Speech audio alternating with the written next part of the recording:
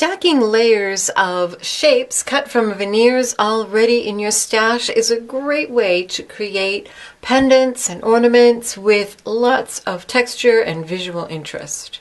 Hi there, Sandy here for Create Along, bringing you a project using the products from the Magical May Create Along box. So here's one pendant I already made using this template. It is the template number 11, Graduated Shapes. And I thought it was just a really beautiful shape done in 6 different graduated sizes. And I made this pendant just by stacking up 5 different layers that were cut out of, like I said in the intro, veneers that were already in my stash. Let me show you how easy it is to do. The first thing you'll want to do is pull out a handful of veneers. Now for this one, I used actually 3 different ones. I have this back one, the largest, that is a crackle with some copper. Then I have this green stripy sheet that I used twice, and this veneer that I used twice. So you can have 1 or 2 or 3 or whatever you want. To make a different one, I went through my stash of veneers, and I have all of these stored in sheets of Glad Press and Seal. It's really terrific stuff that keeps them all safe, and I can easily flip through them and pull out ones that I want. So here's some silver crackle I'm going to use. Here's a bit of a veneer from a retro cane. Some stripy sheet. And even here's a beautiful option of using a blend. This is what's left from a blend, and I'll show you more about that. Here are the pieces I cut from that blend. And what's fun are your options. Now, one thing, if you're storing your clay in press and seal and you've been handling it and flipping through it, you may find that it has some dings or some marks. So find something. This is something that was padding in a piece of electronics I got, and it gives it kind of a nice soft non-texture. If you have dings or something, just take a piece of deli paper and go over it and really smooth it out. And then I find that just using this lightly, you don't want to change your shape. Actually, it's best to do this before you cut out the shapes. But you can go over it with something like this and just kind of soften anything. Actually, the press and seal does kind of leave its own texture. Then you can start playing with your shapes once you have them cut out. I would suggest that you actually cut more than you think you're going to need. For this one, I had actually picked 5 different veneers, but I found I didn't really care for the very thick ones or the textures. Because only a small amount of it shows, I didn't love the way it looked. I just didn't care for it. But you can play with what you've got. You just have to go through them, cut out several.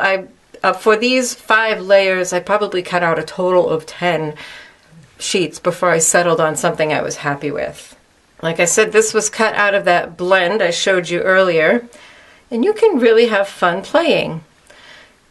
Now, if you number these from the smallest to the largest, 1 is the smallest and 6 is the largest. Of these 3, I cut 2, 4, and 6. So you don't have to cut the next size down. They're pretty close. Like here's the largest, and the next largest is, you can see that through there. It's just a little bit smaller, and that's why I went down 1 more. And you can start playing. You can layer them this way. Do be careful if you have very sticky clay. You may find that your temporary placements here end up being permanent. You can place them like this, like I did in this one. You can strategically position how your blends go. You could even just do something like this.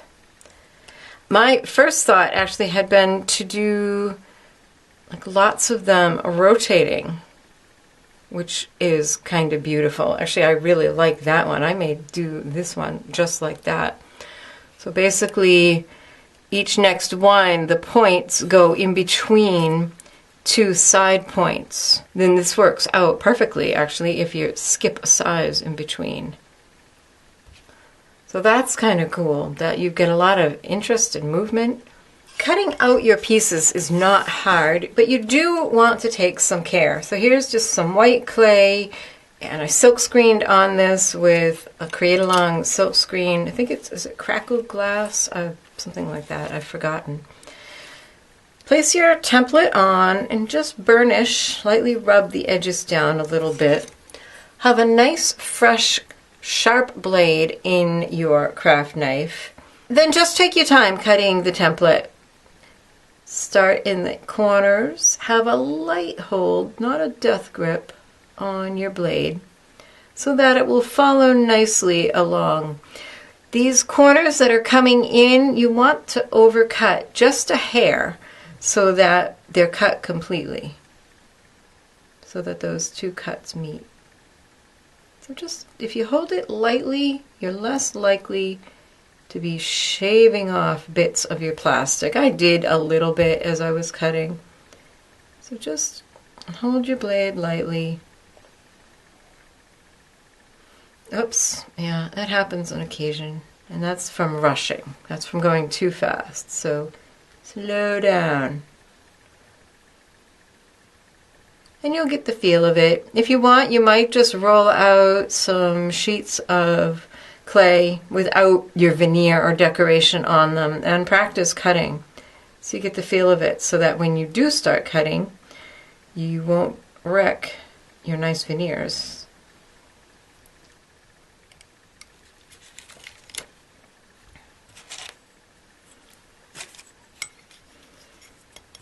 You can then use your blade and lift up the excess.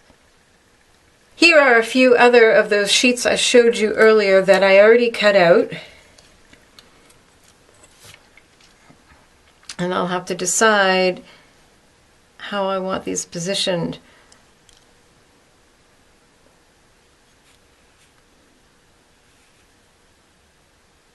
That's kind of cool. Just be patient. Trying to get these centered can be a little tricky because there's a very small margin around them if you're going up to the next size. And actually doing it on the diagonal is a little more forgiving. I like that. So that's just some stripy clay. This is just crackled with foil. Oh, that's kind of cool. So you don't have to do them all.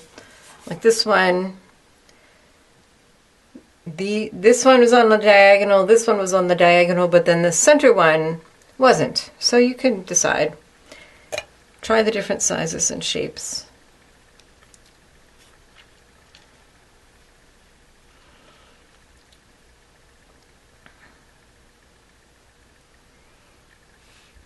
So see what I mean? You can just play and have fun with it. Now this one uses the little star cabochons. They're hot fix cabochons that come in the Magical May box, but I didn't really care for them being white. So what I did was I mixed a little bit of mica powder with a little bit of water until it was of a paint consistency. And I actually stuck those cabochons, you can see here, to a bit of scrap clay, and then painted them with the water and the mica powder. And after baking, it is on there permanently. I also felt like these edges just needed to be accented a little more, so I painted those with the water and mica powder paint as well. Let's see. Well, that's kind of cute. This one looks like, I'll show you that on this one, because I think this really could use some of that paint treatment around the edges. So it's super simple. It's best to first squirt a little water. You just need a drop or so on your work surface. And here's some pearl mica powder. This came in a previous Create Along box. Oh, I'm making a mess. And it's hard to tell you how much, it's just until it's the consistency you want. And I have a little brush here for miniatures, just a tiny little brush.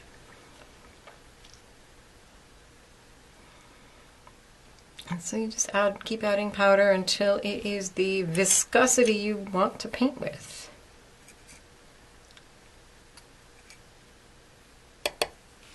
And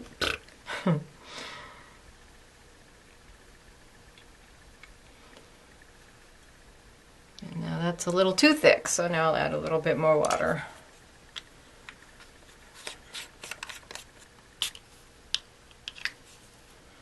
Oops. That looks like it would be good. This one I didn't think to do that until after I had layered them, so I had to paint very carefully, but I thought of this one first, so this will be a little bit easier. I'm just going to paint these edges and let a little bit of the paint show on the upper edge. And that will just kind of give a border around it.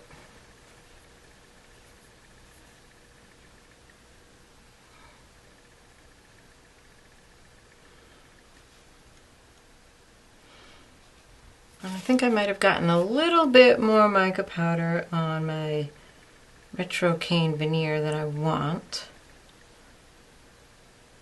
And if you feel you need to, you can always add a little bit of liquid clay in between your layers. So I'm just going to spray a little bit of tissue here with some water and wipe off the excess. I like that little star right in the middle. These are hot fix, so once you bake your clay, then they will be permanent.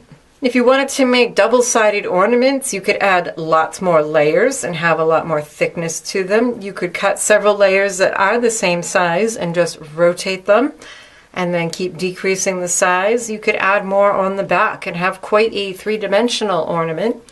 And then finish them however you like into pendants or brooches, box tops, journal cover ornaments, whatever you want. So I hope you enjoyed this and that I've given you lots of ideas for using all of those fun veneers and sheets of clay that are already in your stash. Again, this is Sandy Huntress for Create Along. Happy creating!